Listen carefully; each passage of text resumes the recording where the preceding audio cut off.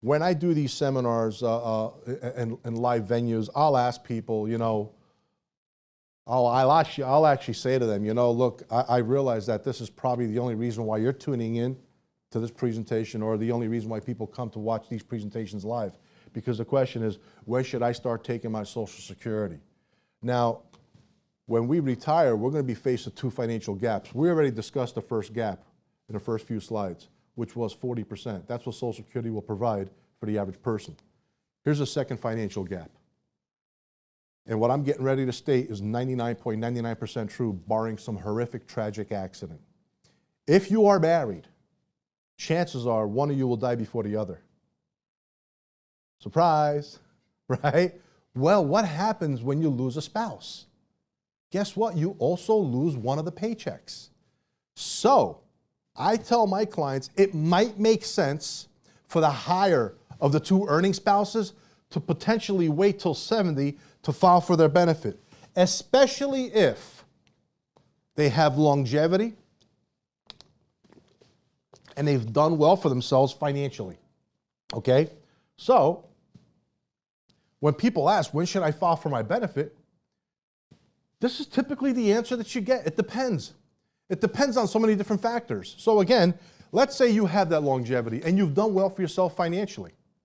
Then you might want to go ahead and start taking from your retirement assets, because let's be honest, where else are we getting 8% guaranteed right now? Okay? But if you did wait till 70 and you made it to 79, mathematically you would have collected the same amount of money had you started collecting at age 66. Now, when do you take it early? If you need the money, or if you don't have longevity. I once had a gentleman, I asked him the question, so Tom, what life expectancy should we plan for? And without batting an eye, he looks at me and he goes, 74. To which I said, Tom, you know, 74 nowadays is really considered young. He goes, no, I'm done at 74. I'm like, well, how could you be so sure? He goes, my mom and dad died at 74, grandma and grandpa died at 74, all my aunts and uncles, cousins all died at 74. I said, so what do you do in my office? You're wasting time. Go to Social Security and file. So, do you ride your asset horse first, or do you ride your Social Security horse first? It is different for everybody. That's why when you take advantage of that call to action and you see that proposal and you see that actual analysis to show you how to maximize your benefit, it's like one of those light bulbs that goes off in your head. By the way, according to a CBS poll, 77% of people that call their Social Security Administration office are calling with the specific intention of getting advice from people who pick up the phone. The problem with that is they are forbidden from giving you advice. Why? You need to be licensed to give advice. Now, if you call your Social Security Administration and you had asked them what your benefit would be at age 66, they could answer that question. But if you ask them, hey, do you think I should wait till I'm 70? They can't answer that question. That's an advice asking question, okay? Now, how will working impact your benefits? If you filed early, you could still go out there and keep a part-time job, make $19,560 and receive 100% of a reduced Social Security benefit. But for every $2 that you earn over that $19,560, they will withhold $1 of your Social Security benefits.